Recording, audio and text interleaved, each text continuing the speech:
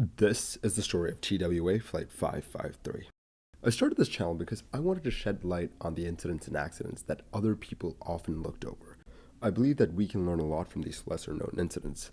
A lot of the safety practices that we take for granted today come from smaller accidents like the one that we're about to talk to today. TWA Flight 553. On the 9th of March 1967, a DC-9 was flying between New York and Chicago with stops in Harrisburg, Pittsburgh, and Dayton, Ohio. The DC-9 was just the right size for this job, with only 25 passengers being on the leg from Pittsburgh to Dayton. The jet took off from Pittsburgh at 11:25 a.m. local time, and the jet climbed out of Pittsburgh with no issues whatsoever. And after a relatively short cruise, it was time for the jet to start its descent into Dayton, Ohio. As all of this was happening, a Beechcraft chartered for a business flight was making the trip from Detroit to Springfield, Ohio. The Beechcraft was flying under VFR or visual flight rules, meaning that it was using visual cues on the ground to navigate, taking it from point A to point B. The Beechcraft was staying pretty quiet on the comms as well. After takeoff, the pilot only transmitted that he was on top of the smoke and haze, and then left the Detroit frequency. He also made a radio call to the Springfield Aviation Incorporated company, asking them for a courtesy car and letting them know that he would be starting his descent shortly. With that, he slowly made his way south. As the DC-9 approached the Dayton terminal area, it was cleared by the Indianapolis Air Route Traffic Control Center to the Dayton Radar Approach Control Center, or RAPCON. Dayton RAPCON wanted the jet to fly a heading of 240, which would take them right to an ILS approach to Dayton. With the jet making great time with its descent, the controllers further cleared Flight 553 all the way down to 3,000 feet. As the controller went about his duties, he noticed something that he didn't really expect: a radar contact near TWA Flight 553. The controller had no idea that there was a Beechcraft heading south from Detroit, and so he didn't really know who that was in the vicinity of the jet. He quickly issued the following warning to the pilots of TWA Flight 553. TWA 553, traffic at 12:30, 1 mile southbound, slow moving. The pilots of TWA Flight 553 just responded with, "Roger." Then the controller went about his way. On the screen, the two blobs got closer and closer together over the next 14 seconds, and then they merged. In the skies over Ohio, the Beechcraft slammed into the DC-9. The left wing of the jet dropped and the bank angle increased until eventually the plane started to dive. There was no hope of saving the plane.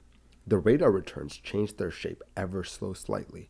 The controller got on the radio and said, "Clear of traffic," but no reply came from the DC-9. He tried to get a hold of the jet again, but still, no reply. Eventually, the realization hit him that Flight 553 had been lost. It had collided with the mystery plane. On the ground near Springfield, Ohio, people heard the noise of the Beechcraft, and they looked up and then they looked away. When they looked back, the DC-9 was falling from the sky. All 25 people aboard the DC-9 and the one occupant of the Beechcraft was killed. No one on the ground was injured. While researching for this video, I found an image of TWA Flight 553 departing from Pittsburgh. It's a close-up shot of the jet just hours before it would crash, and it is a haunting image.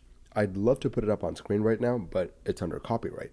But I would highly suggest that you go look up that after this video is done. Whenever you have a mid-air collision, you have one person who is in the wrong place at the wrong time. To find that out, you need to figure out the tracks of both planes that were involved in the collision. Today, in the 21st century, that's pretty easy. Even you or I could just look up on flight radar and get a rough idea of where most planes are at any given time. But back in 1967, there was no GPS on planes, and the Beechcraft didn't even have a flight data or voice recorder. So figuring out where both planes were was going to be a task in and of itself. The recorder from the DC-9 provided barometric pressure readings, wind, and velocity readings. This was enough to give the investigators a good idea of where the DC-9 was. For the Beechcraft, they had to get creative. They decided to choose the most probable path that the pilot would have flown, and that was from the Findlay VOR to Springfield, Ohio. But that's not enough. They needed to know what the plane was doing as well. They asked the Beechcraft Corporation to do some calculations to see what the plane might have been doing in its final few moments of flight. Their calculations showed that the plane would be descending at about 300 foot a minute at 194 miles an hour. This showed the investigators where the two flight paths intersected, and with some eyewitness testimony, they were able to figure out that the collision happened right over Urbana, northwest of the intersection of Melody Lane and Woodville Pike. The wreckage told the rest of the story.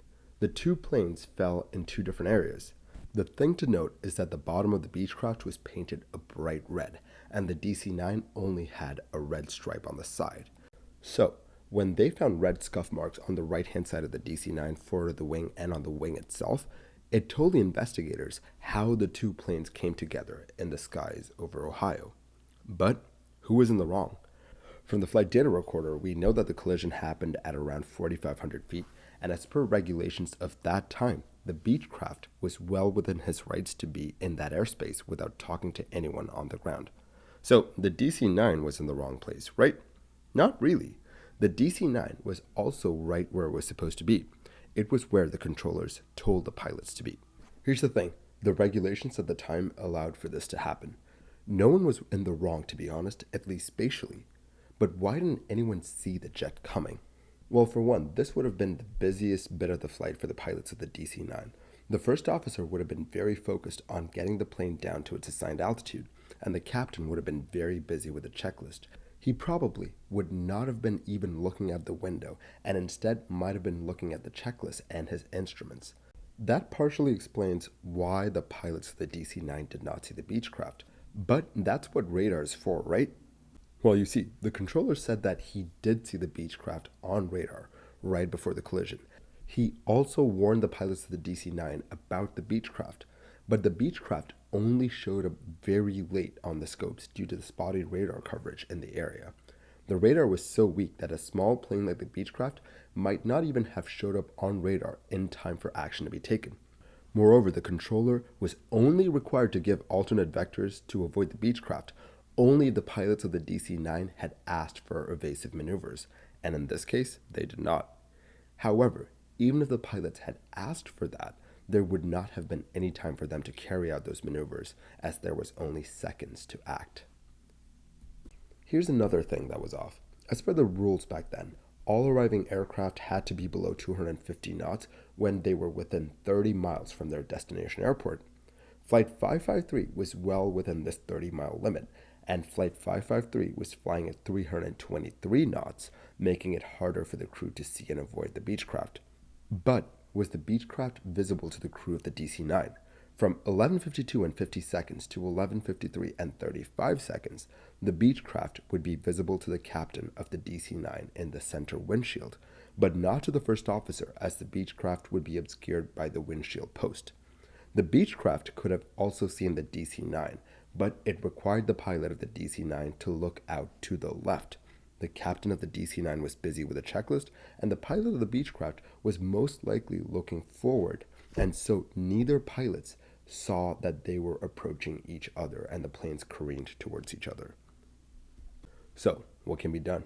At the speeds of jet aircraft, see and avoid can fail. In the times of piston and prop planes, you had more time for one plane to see another and then take evasive action. But in this case, there was very little time to do that. If the Beechcraft was under the control of ATC, or at least in contact with ATC, then this accident would have been avoidable. But at the time, they thought that this would be infeasible. Here's a quote from the report. Any requirement that all aircraft operating in terminal areas be in radio contact with controlling facility would create a tremendous overload on radio frequency, which would require additional ATC manpower to carry out these communications. End quote. They were also worried about the radar clutter that would be caused by all the planes in the vicinity of an airport having transponders, as that would fill up the controller screen with too much information. They thought that this would end up with either the controller turning off the transponder details or the pilots themselves turning off the transponder. Moreover, at the time, there weren't many airports that had the ability to display transponder information. So for this plan to work, they would need to overhaul a lot of the aviation infrastructure at the airports at the time. All of this, they worried, would cause huge delays to the air traffic in the United States and put undue strain on infrastructure. But as Flight 553 shown, it was a change that they would have to make. If not, accidents like Flight 553 would just keep happening over and over again. Today, we've set up things so that accidents like Flight 553 don't happen anymore. Most, if not all, planes today have transponders, and if you're near a major airport or even a somewhat large airport, you are required to be in contact with ATC. I made a video a couple of weeks ago where something very similar happened in the modern age. I'll put that video up on screen right now so that you can see how both situations ended. In both cases, the smaller plane was not talking to ATC, and ATC didn't really have any idea that the plane was even there, but both incidents had drastically different endings.